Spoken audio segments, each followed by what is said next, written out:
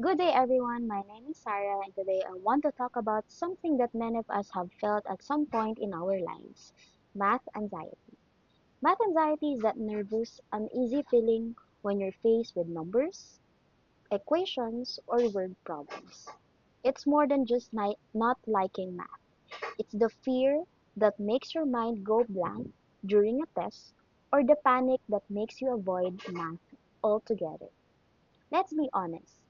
How many of us have started a math problem and thought, I'd rather wash dishes than solve this?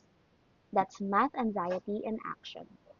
But first, let me show you what is math anxiety. Math anxiety is a psychological and emotional response to math tasks. It can show up in different ways.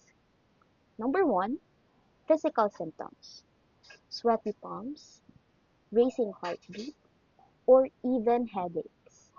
Second, mental blocks: forgetting formulas you studied the night before. And third, avoidance: skipping math homework, avoiding math classes, or saying, I'm just not a math person. So it's important to understand that math anxiety doesn't mean someone is bad at math. It means their fear is blocking their ability to think clearly. What are the causes of math anxiety? So where does math anxiety come from?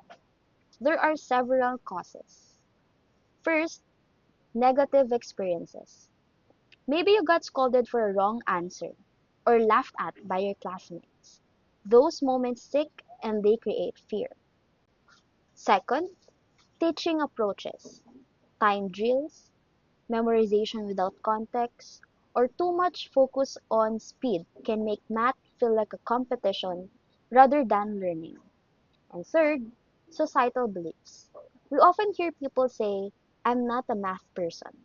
This idea spreads quickly and convinces students that math is only for genius. I once asked a student to solve 5 times 0. He wrote, help me. The answer was technically 0, but his cry for help showed how anxiety can completely block thinking. Let me tell you the effects of math anxiety.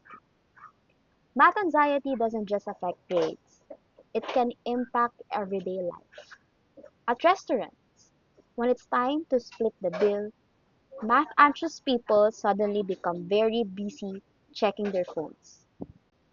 Shopping, discounts can be stressful. A 30% off sign should be exciting, but for someone with math anxiety, it feels like a puzzle they don't want to solve. Cooking, recipes can be intimidating.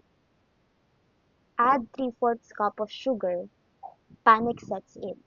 Wait, is that the big cup or the small cup? Beyond daily life, math anxiety can limit career choices.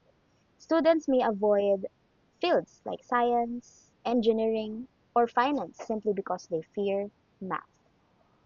So let me tell you some strategies to overcome math anxiety. The good news is math anxiety can be managed and reduced. So here are some strategies. First, positive reinforcement. You celebrate small wins. Solving even simple problems builds confidence. Second, contextual learning.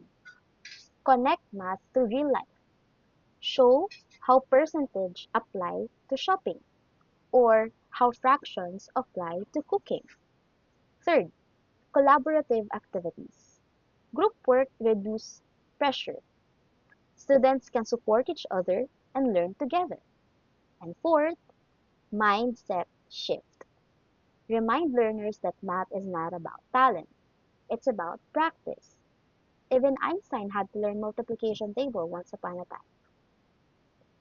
So another student once froze during a quiz. When asked to solve 12 divided by 3, he whispered, can I phone a friend? And that moment showed how anxiety can block thinking, but also reminded me that with encouragement, students can laugh at their mistakes and keep trying. So to conclude, math anxiety is real, but it's not unbearable. With encouragement, supportive teaching, and practical strategies, we can help learners transform fear into confidence. Remember, math is not a monster hiding in your notebook. It's a skill, just like reading or writing, and anyone can improve with practice. Numbers don't bite unless you forget to carry the one. Thank you, and I hope this talk helps you see math not as a nightmare, but as a challenge you can laugh at, learn from, and eventually conquer.